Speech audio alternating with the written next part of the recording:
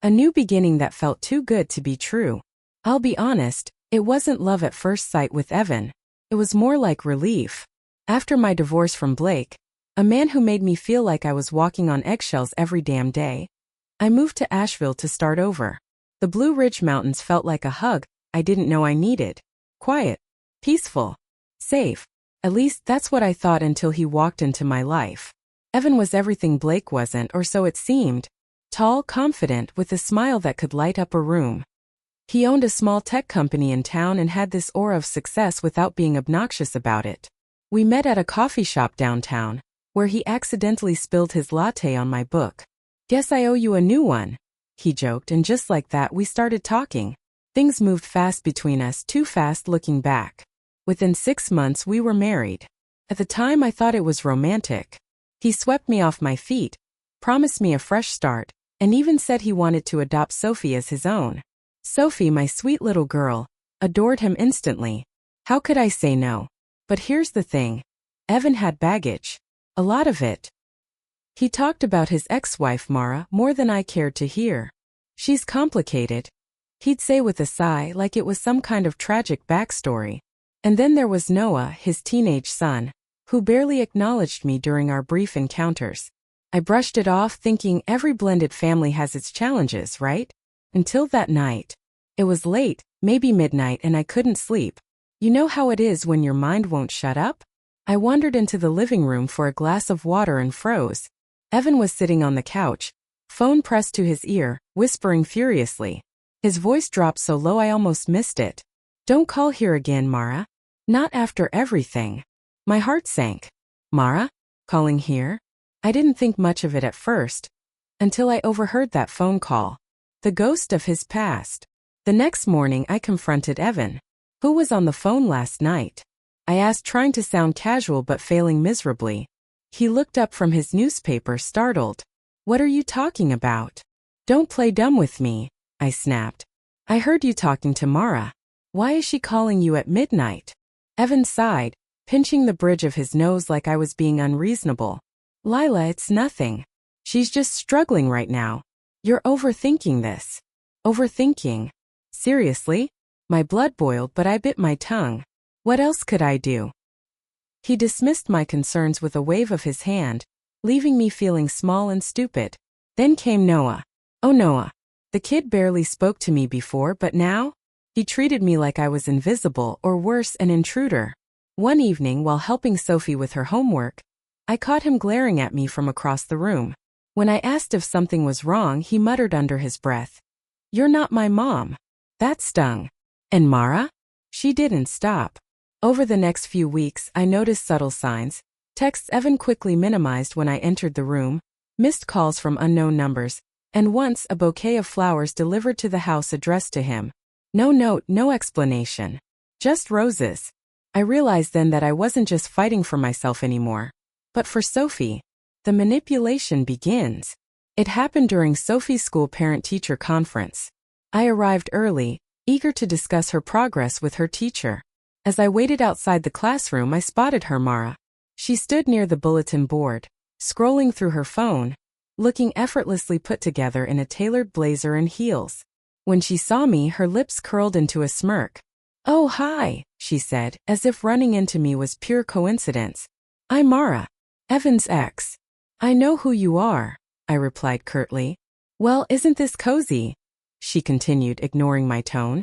"Noah told me all about how close you've gotten with Sophie. Such a sweet girl. You must be thrilled to have such a perfect little family." Her words dripped with sarcasm, but before I could respond, Evan appeared.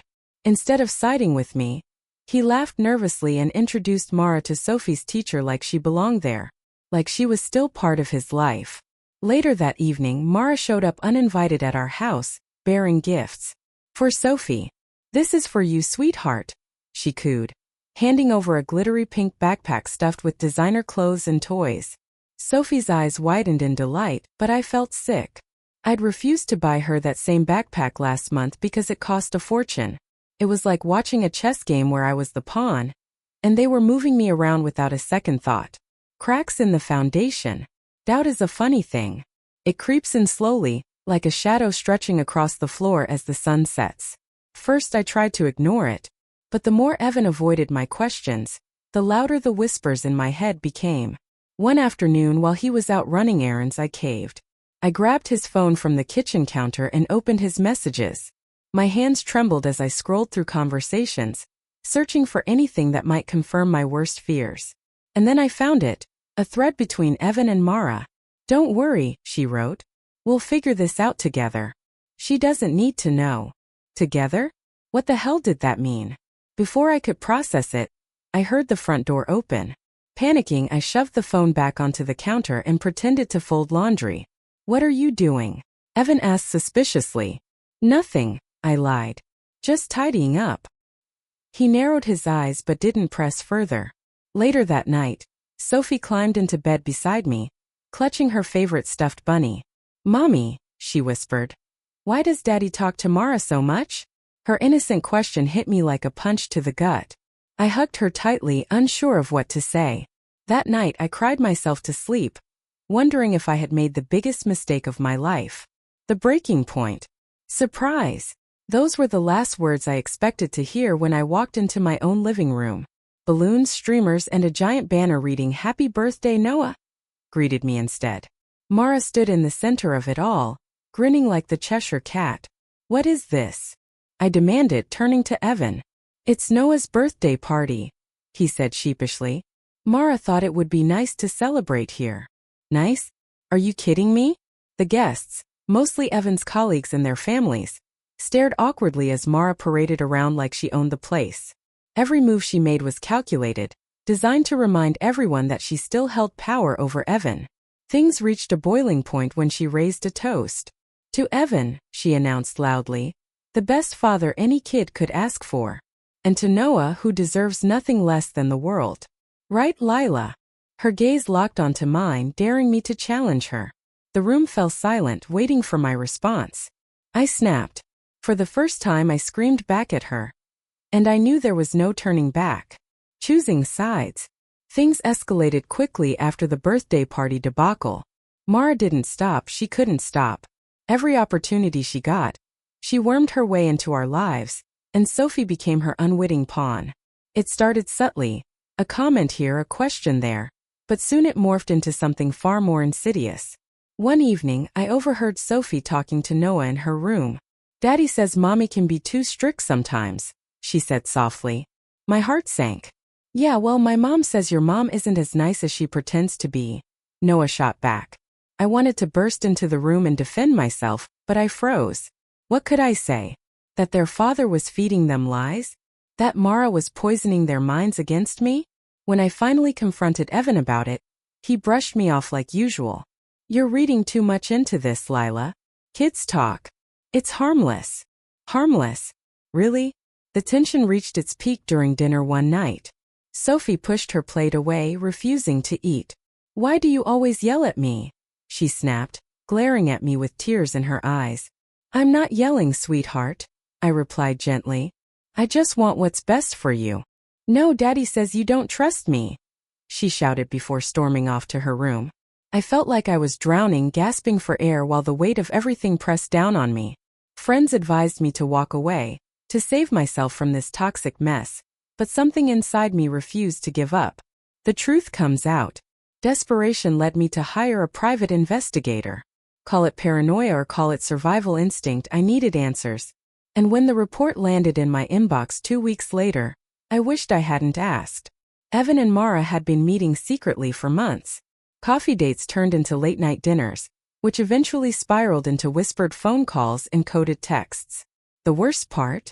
They weren't just reminiscing about old times, they were plotting. Plotting to take Sophie away from me. Armed with evidence, I confronted Evan. His reaction was chilling. Instead of denying it, he laughed bitterly. "You went behind my back? You really are insane, Lila." Insane? No. Hurt? Yes. Betrayed? Absolutely. As if on cue, an email from Mara appeared in my inbox later that night. "Dear Lila, I know you think you've won, but let me make one thing clear, you'll never be enough for him. He belongs with me and Sophie belongs with us. Don't fight this anymore. You're only hurting yourself. Mara." Her words were like venom, seeping into my veins and poisoning my thoughts. But instead of breaking me, they ignited a fire within. I realized then that this wasn't just about me anymore. It was about breaking free from their toxic web. Taking back control. Filing for divorce was the hardest decision I've ever made. Not because I doubted it, but because I knew what was coming. Evan and Mara unleashed hell, spreading rumors around town like wildfire. According to them, I was unstable, unfit, and incapable of being a good mother. "They're trying to destroy you," my best friend Rachel told me one afternoon over coffee.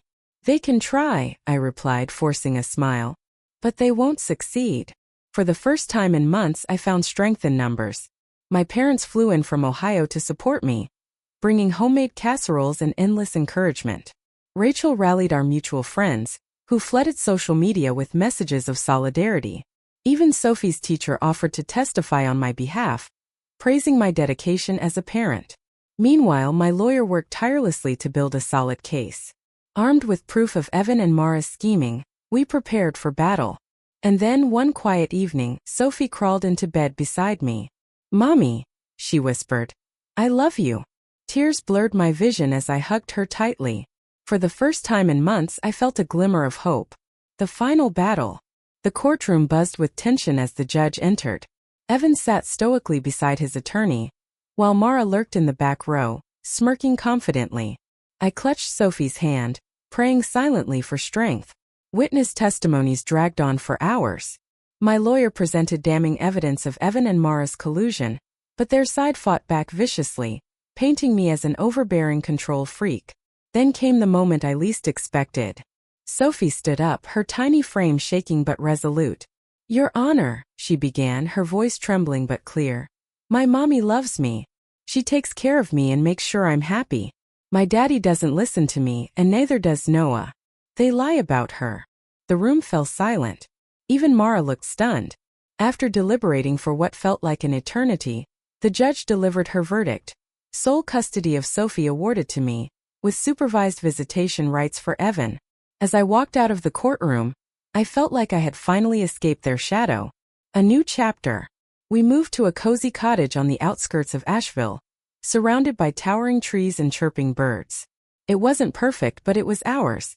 A fresh start for Sophie and me. In the weeks that followed, I focused on healing. I enrolled in therapy, joined a local book club, and even started volunteering at Sophie's school. Slowly but surely, life began to feel lighter. One rainy afternoon, I sat down at my desk and penned a letter to Evan and Mara. "Dear Evan and Mara, this chapter of my life is closed. I forgive you both, not because you deserve it, but because holding on to anger would only keep me tethered to the past. Know this: I will never allow anyone to undermine my worth again. Remarriage isn't second happiness. It's a choice you make every day. And I choose myself and my daughter, Lila." As I sealed the envelope, I smiled. For the first time in years, I felt truly free. I finally decided to live for myself and my daughter, because remarriage isn't second happiness. It's a choice you make every day.